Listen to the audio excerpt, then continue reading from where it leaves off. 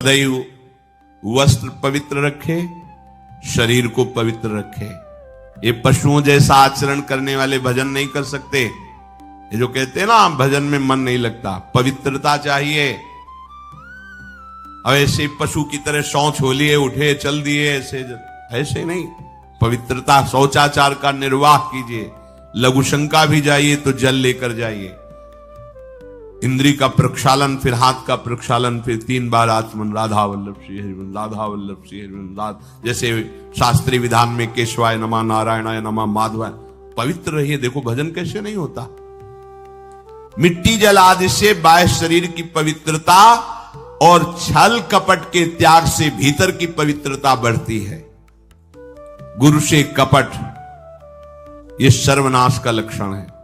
अगर तुम में कोई दोष है, गुरुदेव पूछ रहे हैं, तुमने ऐसा अक्षरशः जैसा हृदय में वैसा बोल दे जी, अब चाहे दंड दो चाहे क्षमा करो, ये आपका विषय। पर सत्य बात यह कि मेरे हृदय में ऐसी पाप वृत्ति थी, मैंने ऐसा किया या ऐसा करने का हमारे संकल्प बन रहा है।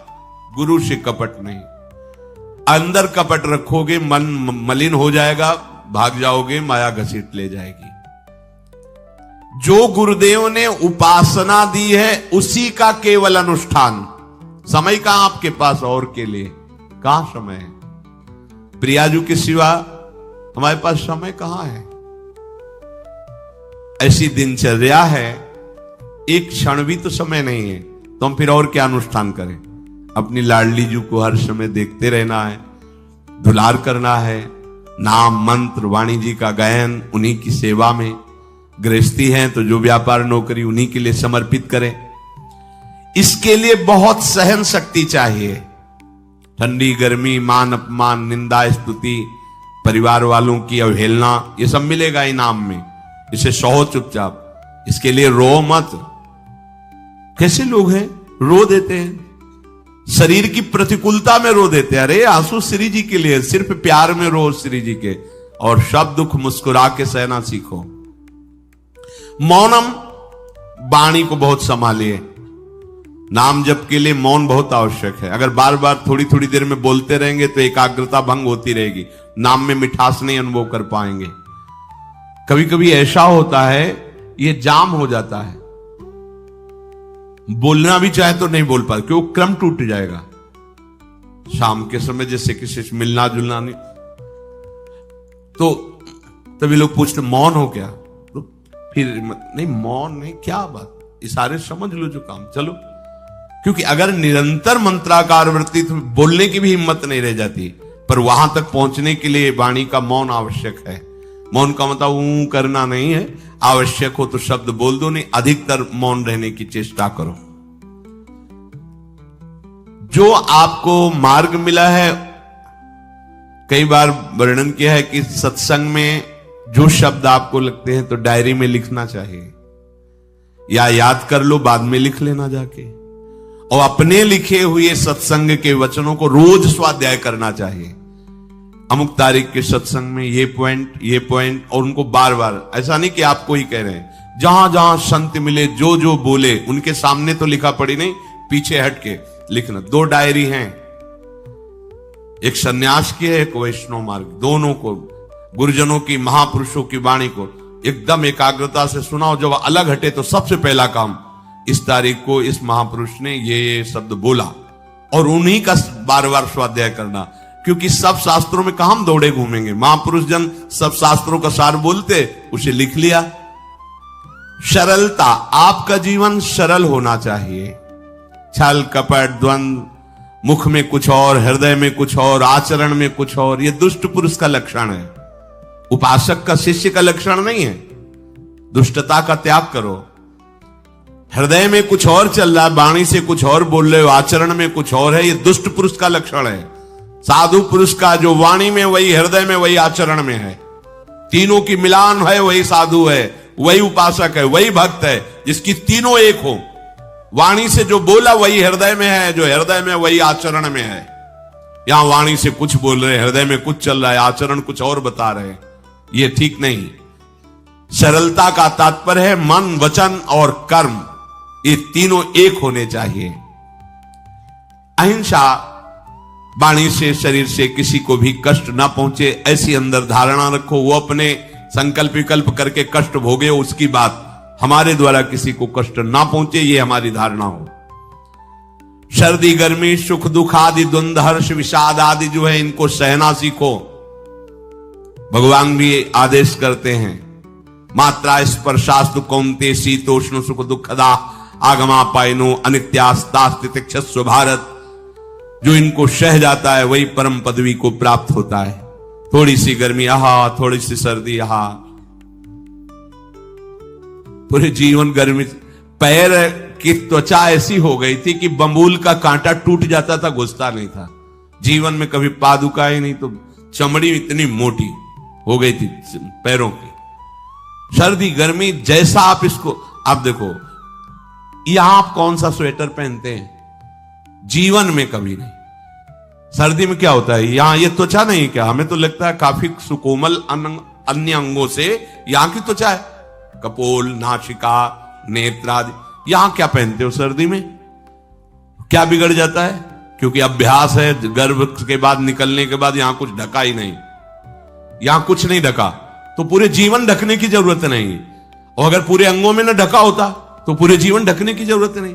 जो जंगल में दिगंबर महापुरुष रहते थे गंगा के किनारे, कितने, तो उनको क्योंकि अभ्यास, और हमने अभ्यास किया कपड़े लत्ते का, तो अभ्यास, हमने अभ्यास किया एसी रूम का, अभ्यास किया गीजर से नहाने का, वो अभ्यास किया तीनों काल गंगा स्नान, वो अभ्यास, कुछ फर्क नहीं पड़ा इस जड़ शरीर में। इसको जैसे रखो, तो सहने का अभ्यास, यदि माया से मुक्त होना है तो सहने का अभ्यास रखो।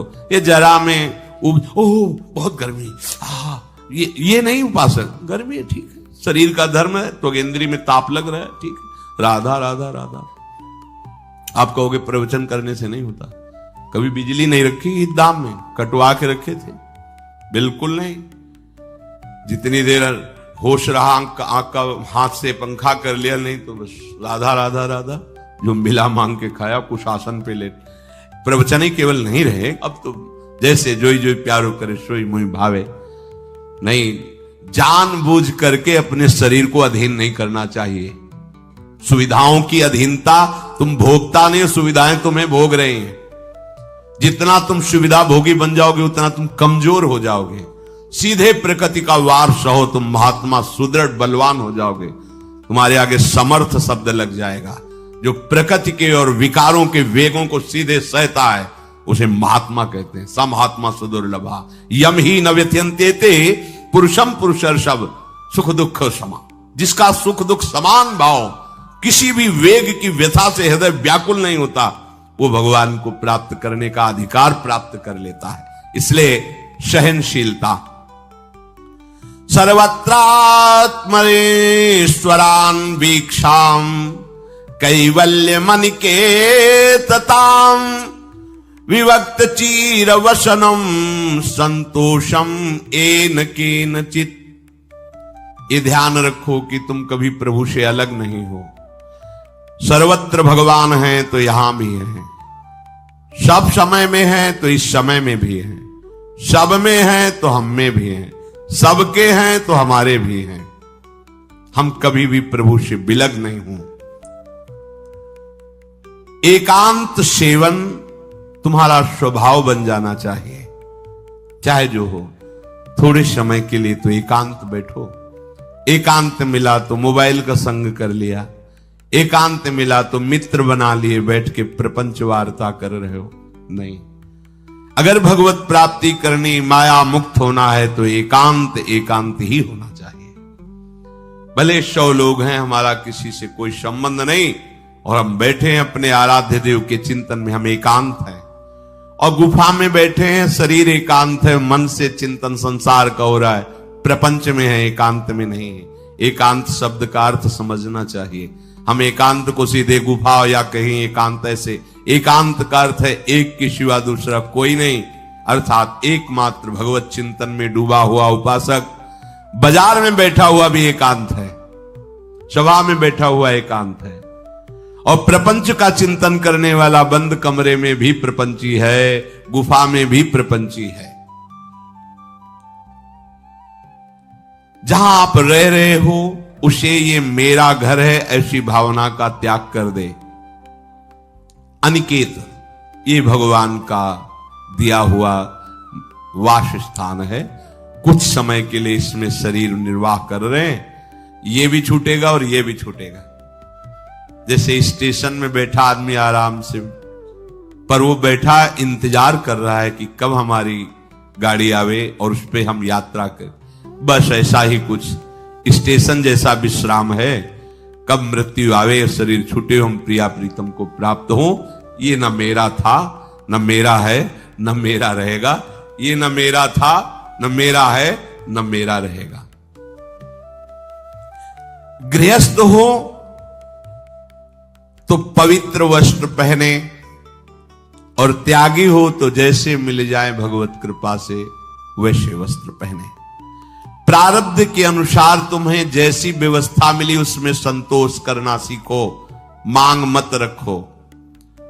प्रभु की प्राप्ति के लिए खास बात ध्यान रखनी है, अपनी उपासना में दृढ़ श्रद्धा रखो और सर्वश्रेष्ठ भाव रखो, पर दूसरे किसी की भी निंदा न करो। अगर किसी की भी निंदा करोगे तो फिर माया तुम्हें मुक्त होने नहीं देगी।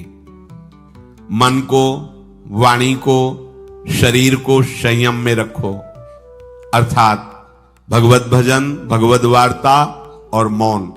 मन का संकल्प विकल्प रहित होना, विषयों का चिंतन न करना, प्रभु के रूप का, नाम का, धाम का, लीलाओं का चिंतन करना। शरीर का शास्त्र संयम से वर्ताव करना। अब माया मुक्त होते चले जाओगे। इनमें किसी में भी त्रुटि ना हो, सावधानी रखो। अपनी इंद्रियों को सावधान रखो, किसी के दोष न देखने पावे।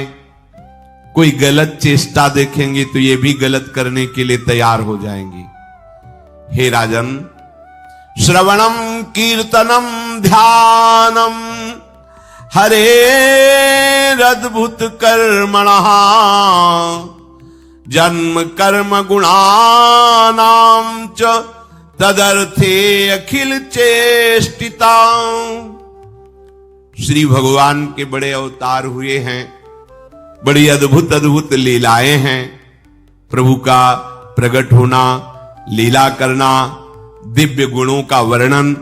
यदि आप इनको गाएंगे लीलाओं को और श्रवण करेंगे तो मोह की बात क्या, महामोह का भंजन हो जाएगा। बड़ी सामर्थ्य भगवान के चरित्रों की, महिमा बड़ी है। अगर इनको आप सुनेंगे, बार बार सुनेंगे, तो आपको और कोई साधन करने नहीं पड़ेंगे, अपने आप